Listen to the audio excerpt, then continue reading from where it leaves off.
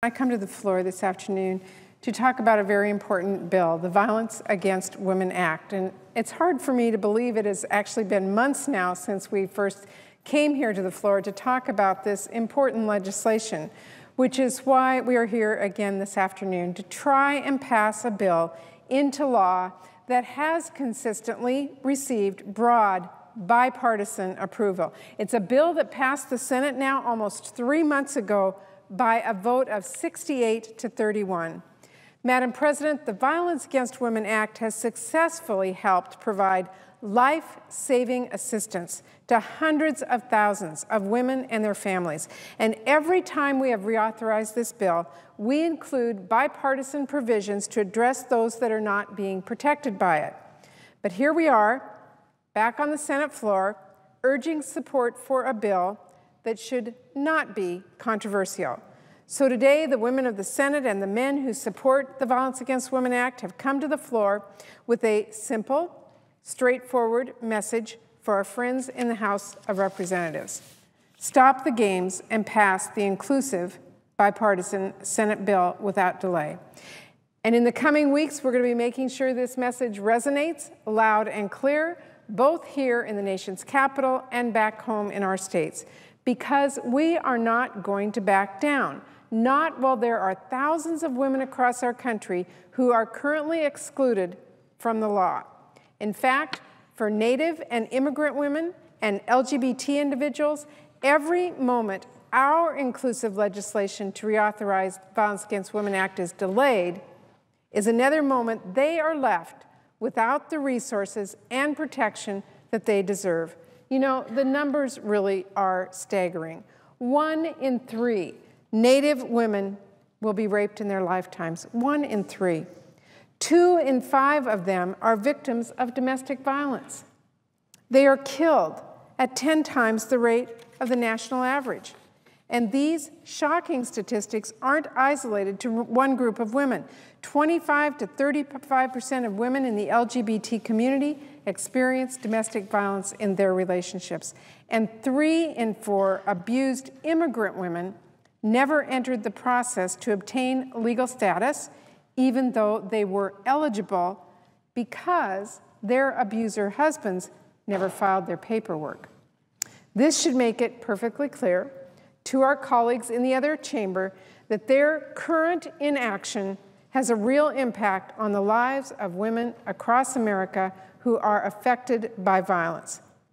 Women like Deborah Parker. Deborah is the vice chairwoman of the Tulalip tribe in my home state of Washington.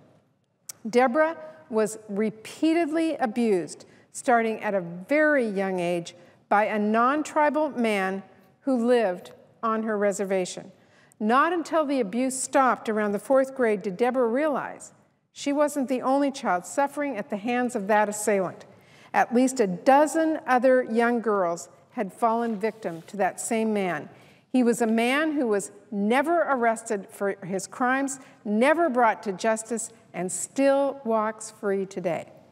All because he committed these heinous acts on the reservation and as someone who's not a member of the tribe, and it's an unfortunate reality that he is unlikely to be held liable for his crimes. Madam President, reauthorizing an inclusive VAWA is a matter of fairness. Deborah's experience and the experience of other victims of this man do not represent an isolated incident. For the narrow set of domestic violence crimes laid out in the Violence Against Women Act, tribal governments should be able to hold accountable defendants that have a strong tie to the tribal community.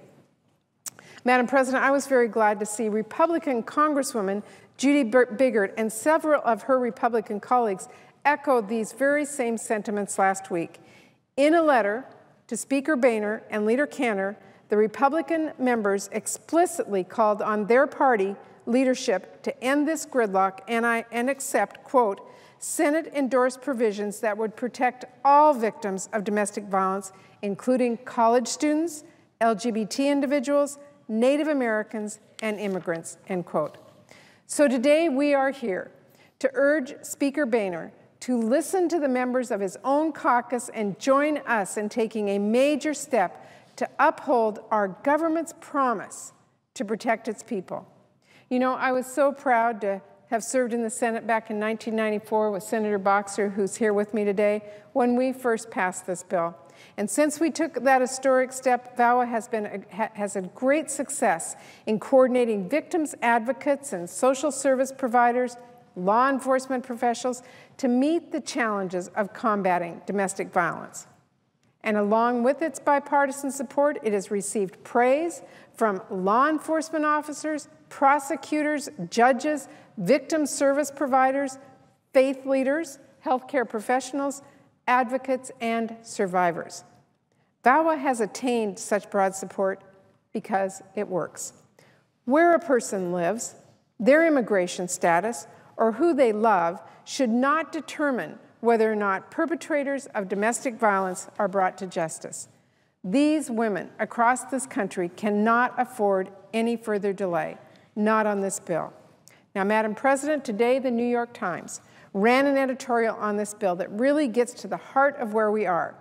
It began by saying, quote, House Republicans have to decide which is more important, protecting victims of domestic violence or advancing the harsh anti-gay and anti-immigrant sentiments of some on their party's far right. At the moment, harshness is winning, unquote.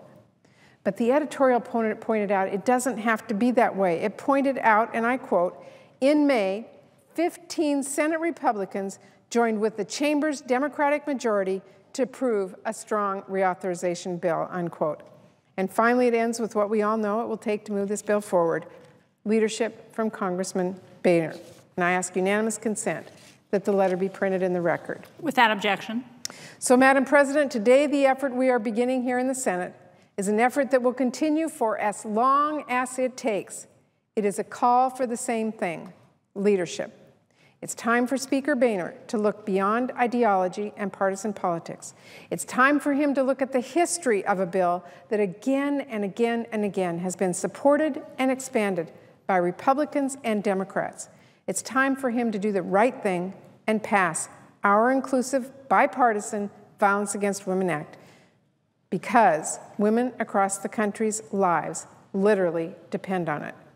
Madam President, I'm delighted that my colleague from California is here with me. She's been with us every step of the way in this bipartisan bill that we've moved forward. And as women and men who support us, we are going to continue being loud and strong. We need to pass the Senate bill. Speaker Boehner needs to take it up. The women in this country are watching and waiting.